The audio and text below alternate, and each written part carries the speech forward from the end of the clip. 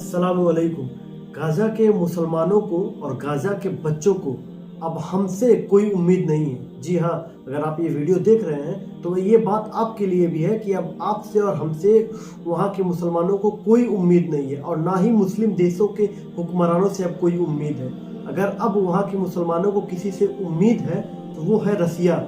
जी हाँ, शौक मत होइए। ये हमारी उम्मत का ये हाल हो चुका है कि अब हम जो दिखावा कर लें, पोस्ट कर लें, सोशल मीडिया पे दिखा लें कि हम फ़लस्तीन के साथ हैं, लेकिन जिस तरीके से फ़लस्तीन के साथ हमें होना चाहिए, हमारे हुक्मरान जो गद्दी नशीन बैठे हुए हैं उनको होना चाहिए, वो बिल्कुल भी नहीं है। तो इसी के ऊपर एक वीडियो है, रजा ग्राफी ने बहुत डिटेल में एक वीडियो को एक्सप्लेन किया है। तो आइए बगैर टाइम गवाए वीडियो को स्टार्ट करते हैं और देखते हैं इस रिपोर्ट को।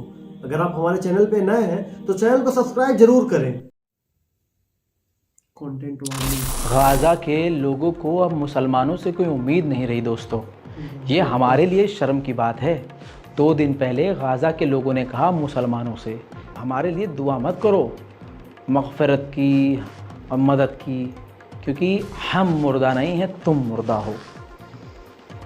दोस्तों, इसके साथ अब मुसलमानों से और मुस्लिम देशों से, मुस्लिम हुक्मरानों से गाज़ा के बच्चों तक को उम्मीद नहीं है।